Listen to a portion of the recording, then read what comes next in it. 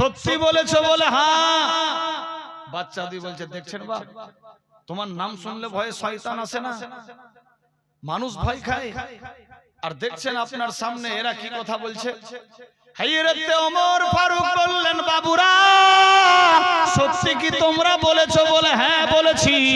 খেজুর চাইলাম দিল না, যখন খেজুর দিল না আমরা বারবার করে বুঝিয়ে বলেছি খেজুর দিতে রাজি হয় না।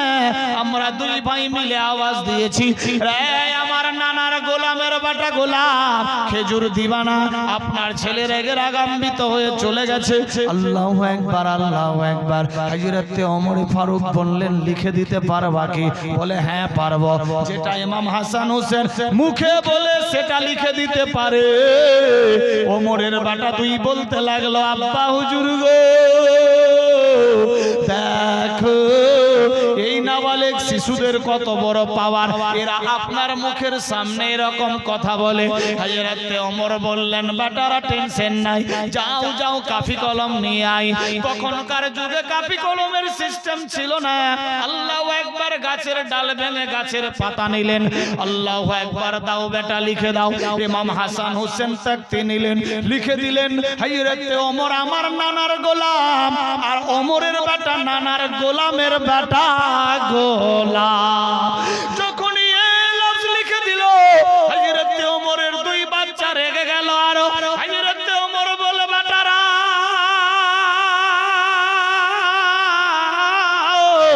রাগিও না রাগিও না, আজ আর দরকার নাই, জান্নাতের টিকিট হয়ে গেছে। আল্লাহু আকবার ইয়া রাসূলুল্লাহ জিন্দাবাদ জিন্দাবাদ জিন্দাবাদ জিন্দাবাদ আল্লাহু আকবার ইয়া রাসূল। আল্লাহর হুকুম হয়ে গেল। হযরতে ওমর বললেন বেটারা জান্নাতের টিকিট হয়ে গেছে। আল্লাহু আকবার আল্লাহু আকবার। আর টেনশন থাকলো না থাকলো না। কাল কিয়ামত হাসর ময়দানে যেদিন তান্না তান্না হিসাব হবে সেই দিন এই টিকিট দেখিয়ে দেব। কারণ দুনিয়ার বুকে ইমাম হাসান হোসেন বলে দিয়েছে আমার নানার গোলামের বেটা গোলাম, আর আমল দেখাবার দরকার নাই, এই আমলেই আমাদের বর্ডার পার হয়ে যাবে। আল্লাহুম্মা একের পর দ্বিতীয় সময় চলতে লাগলো। আরেক দিনের ঘটনা বলি। হযরতে ইমাম হাসান হোসেন নিজের বাড়ির মধ্যে রয়েছে।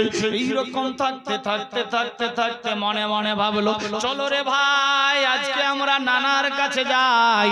আল্লাহু আকবার। দুই ভাই মিলে চলতে চলতে চলতে চলতে গিয়ে রাস্তার কিনার দিয়ে যাবে।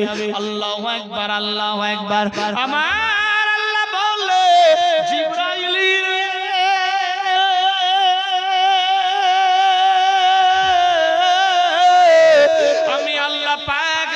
কুদরতির দ্বারাতে দুনিয়া সৃষ্টি করেছি। আমি আল্লাহর হুকুম বিনা গাছের পাতা নড়ে না, সূর্য ওঠে না, অস্ত যায় না, রাত দিন চেঞ্জ হয় না। আমি আল্লাহ যাহা জানি তোমরা তা কিছুই জানো না। হে বিরাদার বন্ধুগণ, আল্লাহর হাবিব সাল্লাল্লাহু তাআলা আলাইহি ওয়াসাল্লাম এমন জায়গায় বসে আছেন 40 জন সাহাবী নিয়ে আল্লাহর জিকির ও আজকার চলতে আছে। এমত অবস্থায় আল্লাহর জিবরাইল আমিন চলে আসলো। আল্লাহু আকবার আল্লাহু আকবার। লাব্বাইক ইয়া রাসূলুল্লাহ, আসসালামু আলাইকা আইয়ুহান নবী। ওয়া আলাইকুমুস সালাম। কি খবর জিবরাইল? বলো। ইয়া রাসূলুল্লাহ, ইয়া হাবিবাল্লাহ, নবী গো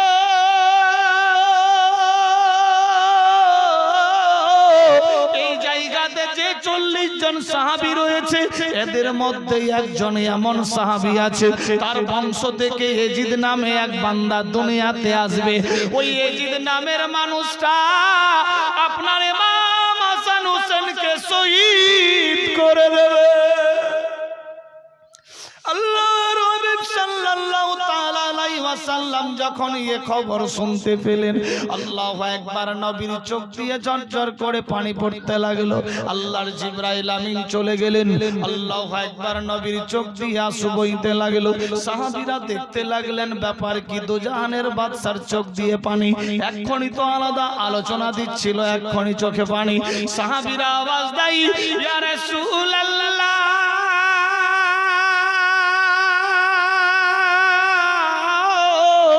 ইয়া হাবিবাল্লাহ, নবী গো, আপনার চোখ দিয়ে পানি কারণ কি জানতে চাই। আমরা জীবন চাইতে আপনাকে ভালোবাসি। দয়ার হাবিব কোনো জবাব দেন নাই, চোখ দিয়ে পানি যায়। এমন অবস্থায় সাহাবীরা দেখতে পেয়ে সাহাবীদের চোখ দিয়েও পানি ঝরতে লাগলো। আল্লাহু আকবার, আল্লাহু আকবার। আমার আল্লাহ বলে, জিবরিল রে, দেখ আমার বন্ধুর কি রকম ভালোবাসা, কেমনি মোহাব্বতের ইজহার করে। আল্লাহু আকবার। এই দৃশ্য দেখে আল্লাহর হাবিব কিছুক্ষণ পর যখন ঠিকানায় আসলো, দেখে আমার সাহাবীরা চোখ দিয়ে ঝরঝর করে পানি ফেলতে লাগলো। আল্লাহর হাবিব আওয়াজ দেয়, সাহাবীরা ব্যাপার কি, তোমরা কেন কাঁদতেছিলা, কি হয়েছে? আল্লাহর হাবিবের সাহাবীরা আওয়াজ দিতে লাগলো, ইয়া রাসূলুল্লাহ, ইয়া হাবিবাল্লাহ, নবী গো, আপনাকে আমরা জীবন চাইতে বেশি ভালোবাসি। ইয়া রাসূলুল্লাহ, ইয়া হাবিবাল্লাহ, আপনি চোখ দিয়ে পানি ফেলতেছিলেন, আচানক আপনার দিকে লক্ষ্য করলাম, আপনাকে বারবার জিজ্ঞাসা করি, অ্যানসার দেন নাই। এইজন্য আপনার কান্না দেখে আমাদের কান্না থামেনি, সুখ দুঃখের ভাগ বেটে নিয়েছি। ইয়া রাসূলুল্লাহ, টেনশন নাই, জানতে চাই কেন কাঁদতেছিলেন? ইয়া রাসূলুল্লাহ, ইয়া হাবিবাল্লাহ, নবী আমার কোনো জবাব দেন নাই। আবার সাহাবীরা বললেন, ইয়া রাসূলুল্লাহ, কেন কাঁদতে আছেন জানতে চান? আল্লাহর হাবিব দেখে পরিস্থিতি ভালো নাই, আওয়াজ দিলেন, সাহাবীরা রে,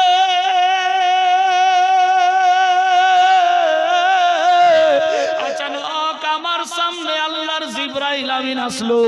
লাব্বাইক ইয়া রাসূলুল্লাহ, আসসালামু আলাইকা আইয়ুহান নবী। আল্লাহর সালাম নেন, আমার সালাম নেন। সালাম কেলাম হয়ে যাওয়ার পরে জিবরাইল আমিন বলে, ইয়া রাসূলুল্লাহ, আপনার এই সাহাবীদের মধ্যে এমন একজন সাহাবী আছে যার বংশ থেকে এমন নামে এক বান্দা আসবে দুনিয়ার বুকে, যার নাম হবে ইয়াজিদ।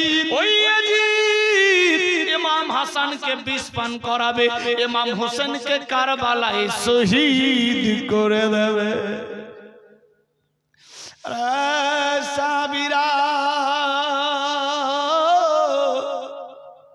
আমার জানের জিগর কলিজার টুকরা নওয়াসা, ইমাম হাসান হোসেনকে নির্মম চিনতে শহীদ করে দেবে। এ খবর শুনে কার মন থেকে থাকবে? সাহাবীরা আরজি করলেন, নবী গো, এমন কোন সাহাবী, কে সেই দুশমনে নওয়াসায়ে রাসূল, তারে দুনিয়াতে রাখবো না। হযরত ওমর তরবারি নিয়ে দাঁড়িয়ে গেলেন। হযরত আলী রেগে ফায়ার, কে সেই সাহাবী, দুনিয়ার বুকে অস্তিত্ব রাখবো না। নবী আমার বললেন, সাহাবারা, আল্লাহর লেখা কলম কোনদিন মিথ্যা হতে পারে না। ইয়া রাসূলুল্লাহ, কে সেই সাহাবী জানতে চাই। আল্লাহু আকবার, আল্লাহু আকবার। কে সেই সাহাবী রাসূল, কার বংশ থেকে আসবে ইয়াজিদ, জানতে চাই। নবী আমার কিচ্ছু বলছেন না। 40 জন সাহাবা, নবী এদিক ওদিক দেখতে দেখতে দেখতে কোনায় ছিলেন এক সাহাবা, যার নাম হযরতে আমিরে মাবিয়া। তিনি সাহাবী, সাহাবী রাসূল। আল্লাহু আকবার। হযরতে আমিরে মাবিয়ার দিকে দেখতে লাগলেন। তখন আমিরে মাবিয়ার বিবাহ হয়নি। আল্লাহু আকবার। আমিরে মাবিয়ার দিকে দেখলেন। আল্লাহু আকবার। আমিরে মাবিয়া নবীর দিকে দেখে মাথা নত করলেন। সবাই বুঝতে পারলো নিশ্চয়ই আমিরে মাবিয়াই হতে পারে। আল্লাহু আকবার। নবী আমার বললেন, আমির এখানে এসো। আমিরে মাবিয়া পার্শ্বে গেলেন, ইয়া রাসূলুল্লাহ লাব্বাইক, আসসালামু আলাইকা আইয়ুহান নবী। ওয়া আলাইকুম আসসালাম। আমির টেনশন নিও না, আল্লাহর লেখা কলম জীবনে কোনোদিন মিথ্যা হবে না। ইয়া রাসূলুল্লাহ আমার তো এখনো বিবাহ হয়নি। আল্লাহু আকবার। ঠিক আছে নবী গো, আমি বিবাহ করব না জীবনে জিন্দা থাকলে, কারণ বিবাহ করলেই তো আওলাদ হবে, আর আওলাদ হলেই তো নবী কুল ধ্বংস করবে। না, থাকবে বাস না বাজবে বাঁশুড়ি। নবী আমার মুচকি মেরে হাসলেন, বললেন আমির, এ খোদার লেখা কলম কোনোদিন মিথ্যা হতে পারে না।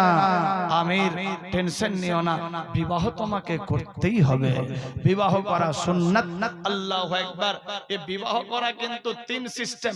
কাউরি জন্য সুন্নাত, কাউরি জন্য ফরজ, কাউরি জন্য ওয়াজিব হয়ে যায়। কারণ যে বিবাহ করবে তার জন্য সুন্নাত, আর যার বাপ মা আছে গার্জিয়ান তার জন্য ফরজ, যে আমার আওলাদ বড় হয়েছে বিবাহ দিতে হবে।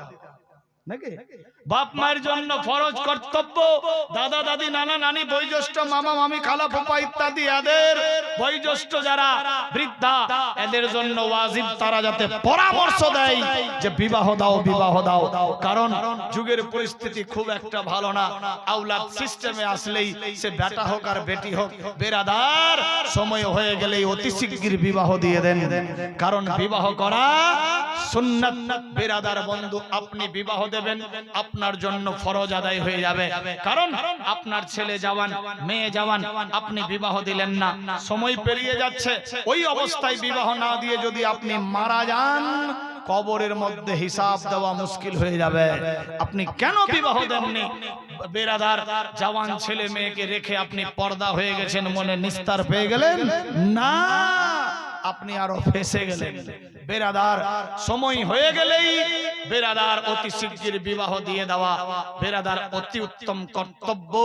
আল্লাহ আমাদের বুঝার শক্তি দান করুক, সবে বলি আমিন, আল্লাহুম্মা আমিন। আল্লাহু আকবার, আল্লাহু আকবার। হযরত আমিরে মাবিয়া বললেন বিবাহ করব না।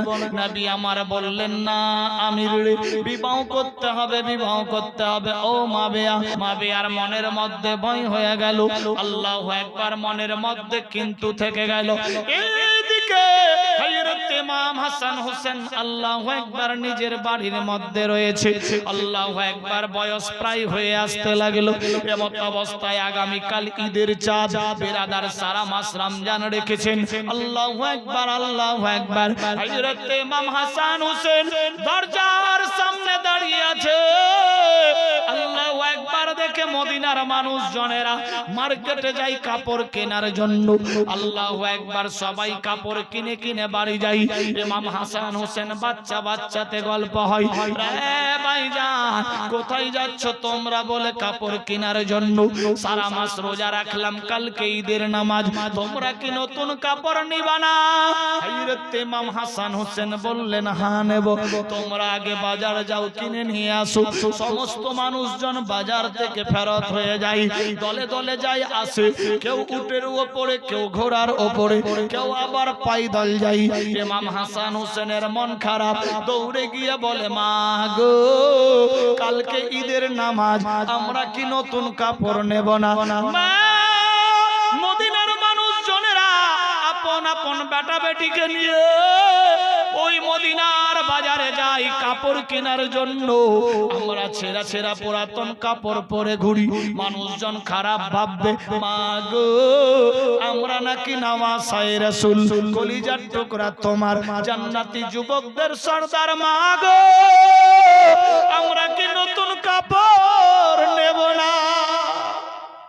হ্যাঁ বেটা, নিবা। তোমার আব্বা কাজে গেছে, দেখবা তোমার আব্বা সঠিক সময়ে চলে আসবে, তারপর বাজার যাব। হাসান হোসেনকে শান্ত দিলেন। ইমাম হাসান হোসেন দরজার কিনারায় দাঁড়িয়ে গেল। আব্বা কখন আসবে? গভীর